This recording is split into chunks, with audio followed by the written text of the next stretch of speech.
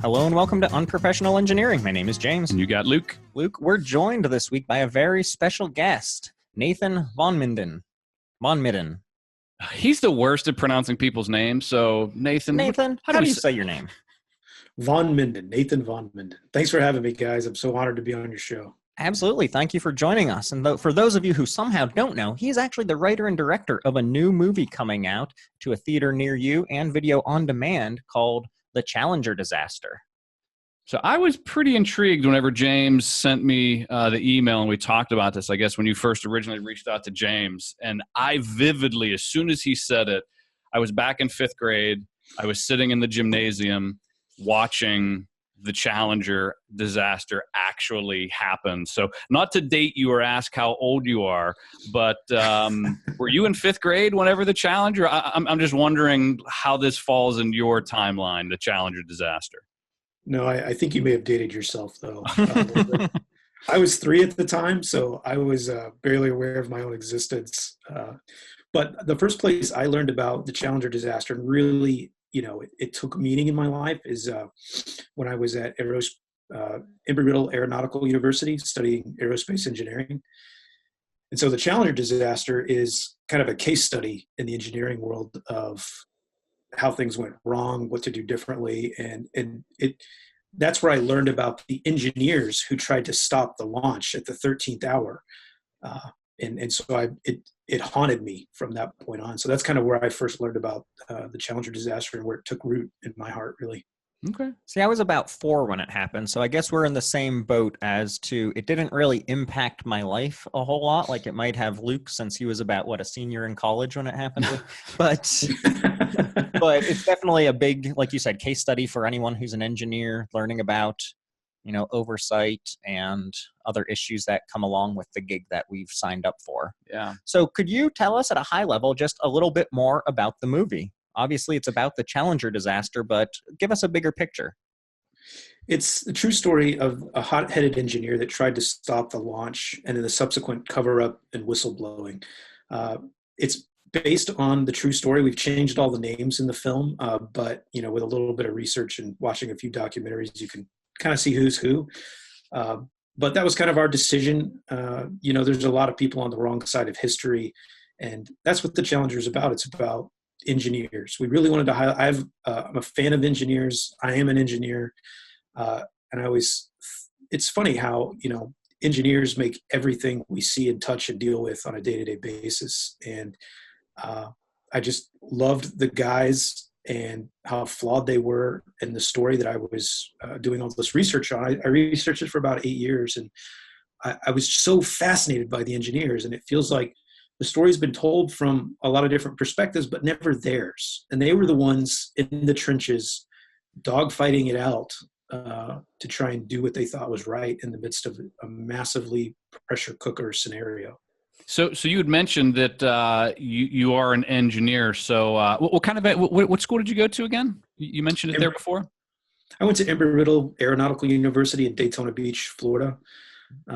We've even had some professors come along and help us out with this story. And so, that's kind of my background in engineering. And so I made the transition over to filmmaking, which filmmaking is I see it as an extension of engineering, Oh, interesting. I was going to say, because when I think engineer, I don't necessarily think filmmaker in the same breath. So it's kind of, right. I can't wait to hear what you're going to say about the transition there.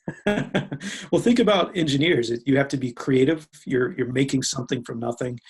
You have to communicate well with others. You have to collaborate well with others, problem solving. That's all filmmaking is. And especially a true story like this, I'm very attracted to true stories.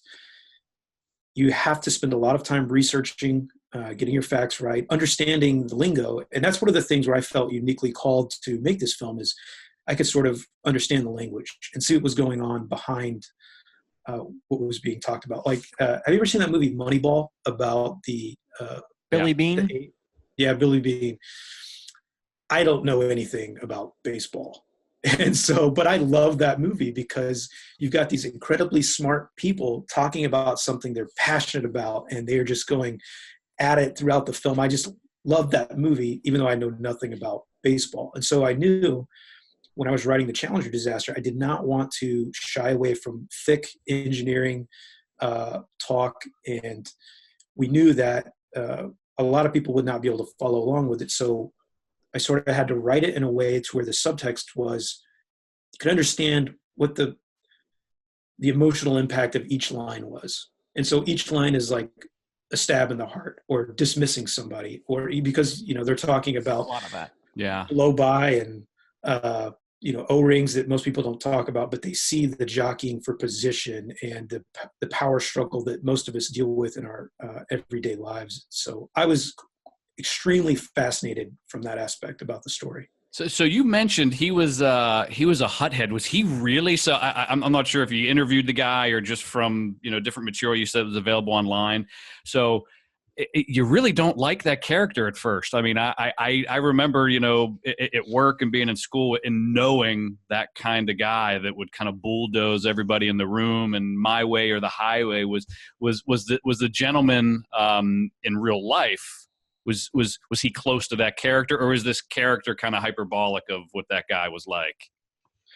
Kind of yes, kind of no. So the 5 engineers in real life that tried to stop the launch were Roger Beaujolais, Arnold Thompson, Bob Ebling, and a couple others. They were called the 5 lepers after the thing. In fact, Wow. one of them that they worked at, in real life, they worked at Morton Thiokol in Utah, and they communicated with one of their peers. So the company sends a guy down to Kennedy Space Center, and I believe his name, it escapes me right now. But he was one of the only people in American history whose job was reinstated by Congress because of the whistleblower laws. Oh, wow. Because of what came out afterwards. And so, yeah, one of the guys, the main guys that our main character Adam is based off of, was a hothead. And I kind of saw that. And honestly, you're either that guy or you've seen that guy. That guy. Yeah. Who, like you said, who's right at all cost. And I was always interested in that character because he's kind of tragic in that sense of, it's the type of guy that gets things done, but at the cost of relationship, which ultimately causes, I think, one of the bigger problems in the film is he's unable to communicate because it's steamroll or nothing. Yeah. And so the duality of, can a person like that get something done? Well, yes, but then that hinders them in the process, versus if he wasn't like that, would have even gotten that far up the chain to try and stop it. And so, working out a lot of demons in this film. Kind of hit close to home, I feel like I get a lot done, but my career might not be all that stellar as I burn every bridge and it's that your I get stuff attitude done that with. And it's causes usually that. the attitude. So could you tell us a little bit more about why you chose the Challenger disaster? So you were, 3, you said, when it happened, so it's probably not because of that. There's a whole lot of other disasters and engineering things that you could be looking at. Why the Challenger? I have looked at a lot of stories over the years, but as a filmmaker, I have to kind of follow my gut a little bit. And so I'm always looking for stories that haunt me, that keep me up at night for many, many years. And this is one of those where I try my darndest. I cannot get it out of my head. I can't not research it. You know how you get so interested in something, you become obsessive about it. I don't know how much control I personally have over that, but that's just how I felt about that. And among a few other things that we're working on. And so that's kind of where, it takes years and years and too much time and too much money or more than you ever thought it would, to make these things. And so that's the only thing that can propel me forward with projects like this. And learning, it's so frustrating, the whole scenario, that you just kind of go, why not just push the launch a few days? Especially because it had already been pushed. Yeah. And what's funny is that plays into the whole scenario. Is there's embarrassment, there's money at stake, there's reputation, it's easy. It was very easy for me to be on the right side of history and to look at the people who made decisions and really want to, punch them in the nose.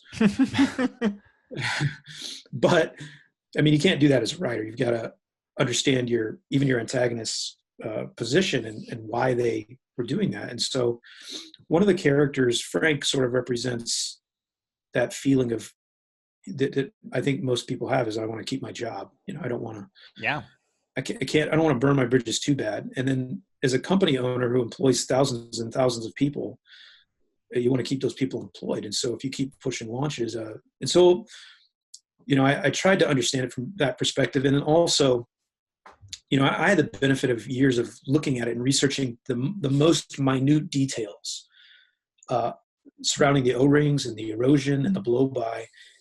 And even then, like, it's still kind of confusing. And so when you think about it from their perspective, they're just sort of getting hit in the face with this the night before the launch. And they're going, whoa, some of this data doesn't seem to add up. I mean, even then, but that doesn't excuse the flipping of perspective. In the engineering world, it's your duty as an engineer to prove that something will work. Yeah. Not the opposite, which is you're not supposed to build a bridge and then prove that it will fall down. Right. There, and then we'll do something about it. Yeah. So you mentioned those details. I have to ask, so how was the research for something like this? Because I imagine the public record on that, just given the time, probably isn't as easy to just Google that sort of stuff. I mean, I'm sure some of it is like video footage and that sort of thing, but where did you go to find the majority of your details, and what was that process like? Well, with the Challenger, it's almost like trying to, find a drop in the ocean, meaning like there's so much material on it. Where do you even start? And I decided, I'd watched a lot of, like most of us, documentaries that come out on History Channel or this and that, and, learn about it in school. But the place I really went to was the Presidential Commission's report on the Challenger shuttle accident, which is most typically called the Rogers Commission. And it's a few thousand pages of court transcripts and, engineers arguing with engineers, arguing with politicians. And so I fell asleep many, many nights reading that.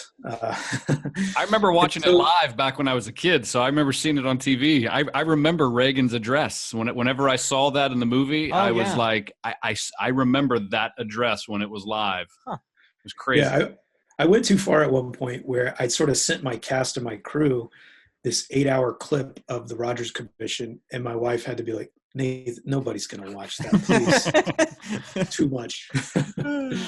I love it. All right. So before we move on any further, let's take a break for a word from our sponsor.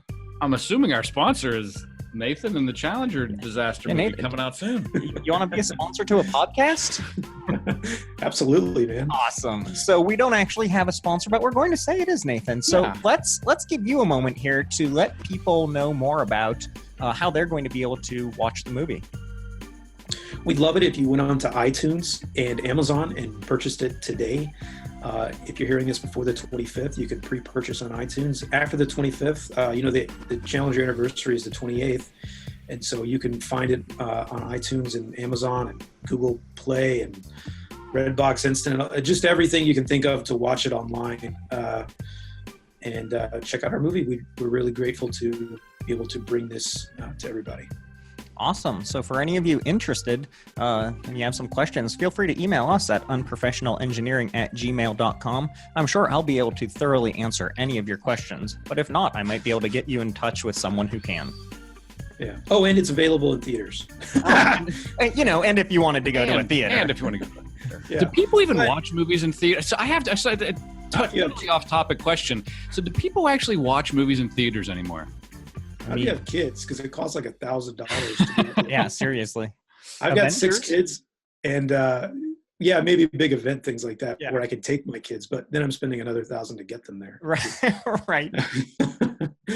All right. So could you tell me a little bit more about how long did it take to write the script? How much time does it take to film and edit everything? I feel like this isn't a short process. No, it's not. I spent, the research took the longest, 8 years or so. Ooh. And then I got to the place where it was sort of falling out of me. You know what I mean? Like it jumps out of your head onto the page. And it took about a month to get the first draft, and you make changes. And then it took about 3 months to raise the funds for the film, completely independently funded. And then it took us a month of pre-production, and that's where we're actually hiring people like the cast and crew, Dean Cain, Les Miles, the LSU/Kansas coach, and Glenn Morshower and Eric Hans, all those guys and our crew. And then we spent about 15, 16 days filming, which meant we had to be on top of our game. Like, there was no time to screw around on set. Like, really debate scenes. We tried to do that all in the front end through working with our casting crew and doing Skype things like this, where you sort of walk through the script and make sure everybody's got their head around it. And I was like, guys, you cannot say fluorocarbon elastomer and flub those lines. Like, you've got to say it right. like you're an engineer. Right. Like you're an engineer. So come like you've said it 1,000 times. Stand in the mirror and just say fluorocarbon elastomer. See, this is not the answer I expected. Like, 8 years of research was not what I thought was going to happen. And then days of filming, also not what I expected. That's crazy. Well, I'm assuming, I'm assuming an independent film is typically shot quickly, just because the longer you're filming, the more expensive independently funded films probably cost. So that's probably why you try to compress that and get all your ducks in a row so that it can be short filming. Yeah. And the way I sort of budget my movies is I work backwards from what winds up on screen, so we're able to do a little cheaper. This film cost about $180,000 to make. We're really proud of what turned out for that when you're competing with films that cost millions and millions. It's just a testament to a lot of people who were very passionate about the subject matter of the film. So many people showed up to help us out. The city of San Antonio, where we filmed most of this to cover Utah and Florida and all that, they were behind the vision of the film. And so that made it doable. And so then we spent about 3 months in post-production, which is editing the film, getting all the music together. You're just, going back to engineering, you're just managing all of these departments to hit a vision. And with filmmaking too, it's about momentum. Momentum is mass times velocity, and velocity is speed and direction, and so you're trying to get this big group of people moving with speed and direction. And that's one of the harder things to generate in filmmaking. And so once you get the thing going, you want to keep it going. And so the film kind of came out better than we thought it would. Well, that's good. Yeah. I mean, at one point somebody was like, what was the starting place for you? Where were you going to make the film at what budget point? And I was like, 0. Like, this film is getting made, no ifs, ands, or buts about it. I guess Luke and I can relate on a much smaller scale, because every time we do a podcast episode, we're like, that was less bad than we thought it was going to be. So. Yeah. Which led us to distributors, and that's how it's able to get out to more people than we expected it to. And and so that's a little bit of the timeline. A few months to get it ready, one to shoot it, and then a bunch to get it out. Do you finish the film and then send it out to people like, hey, are you interested in this? Or do you send the script? What do you do? We cut a trailer out of everything. I mean, the trailer is your lifeblood in the film industry. If you could make a good trailer that, doesn't overpromise in your film and accurately represents what your movie is, then you got a really good shot. And so we take that trailer and just blast it out to distributors and people we thought would be interested in, who have dealt with true stories before, period pieces, because, it's 30 years ago. It's hard to find these cars and clothing and all that, especially in our budget. And so we try to find people who have dealt with films like this before and connected with them. And we got a really great distributor. We're really punching out of our weight class here. I don't know how we got this far, to be honest with you. That's awesome. So I did have a question. You mentioned some of the actors and how they had to rehearse to actually sound like they're an engineer with that confidence that engineer typically has. So I don't know if offended is the right word, but these are some pretty stereotypical kind of characters you created in this movie. The one guy, not Carl was his name. He had the tie on the outside of his sweater. And Steve was the older gentleman that was like super nerdy and super analytical. So were those characters kind of based on people you knew, and like you're like, hey, this is someone I want you to like look at Bill Nye the Science Guy. This is what I want you to be like. You got to look at like this guy and kind of act like him. I'm wondering where the momentum or the idea for those characters came from to be that stereotypical of an engineer? I think it came from a lot of those engineers came from movies like 12 Angry Men. I don't know if you've ever seen that. Yeah. It's a courtroom drama. It's my favorite film of all time. And so films like that, and then, Paths of Glory, The Insider, very, very talk heavy movies are movies that I enjoy myself. And so we did have to, when you're creating a film, we had to distinguish all these characters so that they were memorable, what they wear, what they look like, the fact they have to act first, like they have to be good at it. I mean, we auditioned hundreds and hundreds of people for this because we didn't have a ton of money to spend on really big actors. We said, we got to find the best we can get out of the less well-known acting pool. And boy, did we find some real firecrackers in these guys. About the actors a little bit. So I'm going to skip ahead here just a tad, Luke. But I was thrilled when I saw that you had Dean Cain, because I remember the whole Lois and Clark series and Supergirl, like all of these things just kind of like hit home like, oh yeah, my childhood all over again. So one, how do you like manage to get Dean Cain interested? And two, if I remember correctly, he played college football. I think it was at like a smart person school, like Princeton or one of those kind of schools.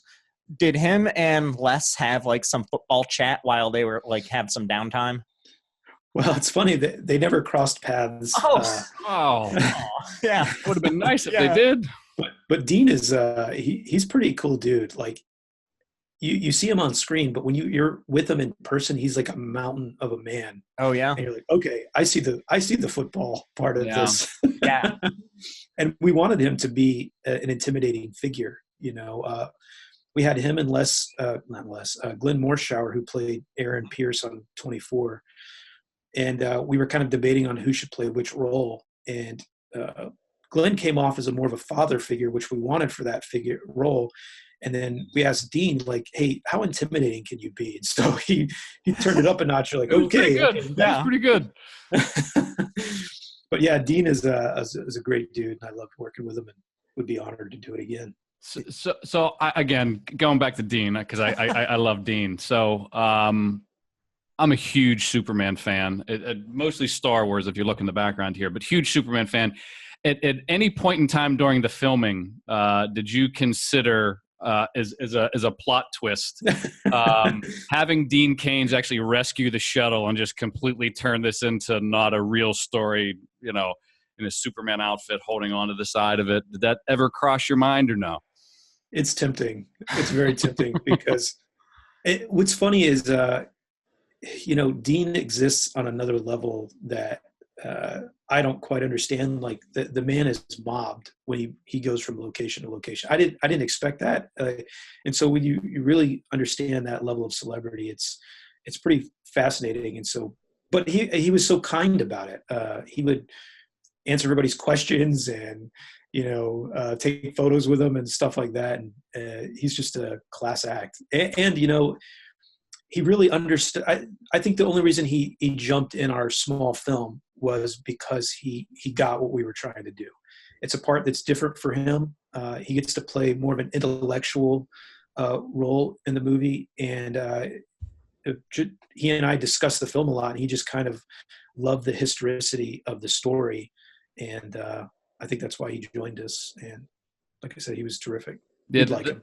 I'm sure I would. The thing that I found was people that I hated at the beginning of the film, I ended up really liking at the end. Like these actors, they redeemed themselves, especially the main character. But yeah, it was really interesting. Like it was. I don't know if I've been on a roller coaster as much with this kind of movie where like I hated him at the beginning. It's like, I can't stand this guy. And then at the end, it was, I feel like, that whole redemption piece that kicks in. So I have one more specific actor question, and that has to go back to the coach. I didn't realize he was actually into acting. I don't know if he's done anything in the past, but how did that happen? Les Miles, he's the championship coach from LSU. If you follow sports at all, like people were losing their minds, like, oh my gosh, Les Miles. And, again, he's another guy that is mobbed as he walks around. And I'm sure. I was nervous at first because one, it was like, can he act? That was my biggest question. Right. And we put him through the ringer with auditions. And, me and my producers were talking. We're like, this isn't a football movie. Like, where does Les fit in? And it's like, okay, he's a man of high intellect, and he's been in very high leadership positions, having to manage a lot of people. And so we try to take, with everybody in the film, find a piece of their character in their own life. Like, what type of person are you as a man or a woman? And then plug them into the film where it felt most natural. And that's how we got Les in the movie. And I was nervous. You've got this guy that's led organizations multiple times bigger than I've ever led. It's like, what's going to happen when he steps on set? Is he going to try to rule the kingdom, Right. But it was the opposite. I learned so much from Les during our downtimes. We got to talk about leadership and family, and how to have a life at a level where you are up against it constantly. And so I learned a lot from Les Miles, and I think he's one of my new favorite people. So I had no idea. So I'm not a big college football fan. And so James told me, I was like, who the heck is Les Miles? And he was literally one of my favorite characters in the movie. I was like, this guy is so convincing, like in a movie. Like I just assumed you just like grabbed an engineering manager or some VP of engineering at a company to play that guy. Of course, as a Penn State fan, I'm like, stupid Les Miles. Get off the screen, Les. Well, what's funny is I had to go give Les a piece of direction one time, and one of my colleagues pulls me aside and goes, tell him to give a locker room speech. And I was like, if I try to tell Les anything to do with football, he's going to drop kick my head. Right. And so I went up to Les and I said, hey, can you talk to these guys like you're going to fire them? And he goes, nah, when I fire people, I don't talk to them this way. I'm a lot more kinder. And I go, okay, well, give them the come to Jesus talk. And he goes, yeah. I know exactly what you're talking about. It's the speech you give someone before you fire them. That's where you can really, break your foot off in it. And so that was a fun day on set with Les. Awesome. So do you think, I guess I'm getting a little back into your engineering career. I don't know how active you are in engineering still, but do you think that you would have been a good enough engineer to work on a space shuttle? I know I wouldn't be confident in myself. Well, when you really get into it, I mean, the space shuttle is made up of millions of parts that move, and each department oversees one tiny bracket or like an O-ring. This guy, he lives and breathes rubber strips. And so when you break it down to that level, and look, we've all known a lot of engineers over the years, and you're like, oh my gosh, this guy's building my airplane. Yep. Up against even the people who are quite brilliant, and can lead and manage teams and stuff like that. And, one of the things that gave me confidence in engineering and filmmaking, I think it was a Steve Jobs quote or something where he said, when you realize that the people who are building and making and leading the things are no smarter than yourself, it becomes possible. It seems possible. And so, we're all just flying by the seat of our pants. And so I think it's about the opportunity a person gets. And I think most people in their life will get one or two opportunities I don't think they'll be pressed to make a right decision or a wrong decision. It'll be either make a right decision or do nothing. And I think that's something everyone's going to have to go through in their life. I've been through it a few times. Do you do the right thing or just kind of, go on with life? And I'd just go on with life. Well, I mean, even with your kids, your spouse, your family members, your people at work, you'll be met with those decisions relationally, maybe professionally, but everyone I think will be confronted with something like that in their life. And so it's a pleasure of mine to sort of hold this up as an example for people to sort of fantasize, what would I do in a scenario like that? Who would I be? Would I be the guy that rides the fence? Would I be the guy really pushing, or would I be the guy who actively works against it? That's great, because that's actually something that I was thinking during the film and that I even wrote down to ask you about. And it's like, when I was watching it, I was like, man, I for sure would back down as the whole room is yelling at me that, well, I don't want to ruin everything, but as the whole room was yelling at the one actor, I'd be like, all right, you're right. Okay, we'll just go with it versus standing my ground the whole time. That's amazing that he could even do that. Yeah. So the one thing I want to say is we're going to probably let a few spoilers go here in the last few minutes of this interview. So if you haven't watched the movie, I'm going to ask a few questions that are pretty specific that happen in the movie.